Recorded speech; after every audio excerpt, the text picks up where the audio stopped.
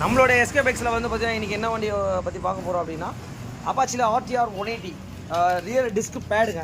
இந்த டிஸ்க் பேடை வந்து பார்த்தீங்கன்னா எப்படி செக் பண்ணணும், இந்த வெஹிக்கிள் ஒரு சின்ன கம்ப்ளைண்ட் ஆகிருக்கு, பிரேக்கில் ஒரு மாதிரி நாய்ஸ் வருதுன்னு சொல்லிட்டு எந்த அளவுக்கு பேடு தேய்ச்சி டிஸ்க் பிளேட் வர தேஞ்சிருக்குன்னு பாருங்கள்.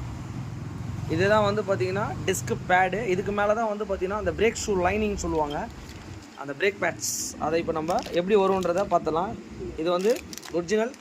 இதோட ரேட்டும் பார்த்துங்க, பார்ட் நம்பரும் பார்த்துக்கோங்க. இதுதான் அதோட பார்ட் நம்பர். ரேட் வந்து 378 ரூபா வருங்க உங்களுக்கு. செட் ஆஃபாக ஒரு 2 வந்துடும் உங்களுக்கு. இந்த டிஸ்க் பேடை வந்து பார்த்தீங்கன்னா எப்படி செக் பண்ணணும் அப்படின்னு கேட்டிங்கன்னா, இங்கே பாருங்கள், இப்படி இருந்த பேடு தான் வந்து பார்த்தீங்கன்னா கஸ்டமர் பார்க்காம ஓட்டினதுனால வந்து பார்த்தீங்கன்னா இந்த லெவலுக்கு டேமேஜ் ஆகிடுச்சு. இது டேமேஜ் ஆனால் என்ன மைனஸ்ன்னு கேட்டிங்கன்னா, இந்த பிளேட்ஸில் ஸ்கோரிங் மார்க் ஆகிடும். இங்கே பாருங்கள், இந்த பிளேட்டில் ஸ்கோரிங் மார்க் ஆகிடுச்சுன்னா நீங்கள் எத்தனை வாட்டி டிஸ்க் பேடு மாற்றினாலும் உங்களுக்கு போயிட்டே தான் இருக்கும்.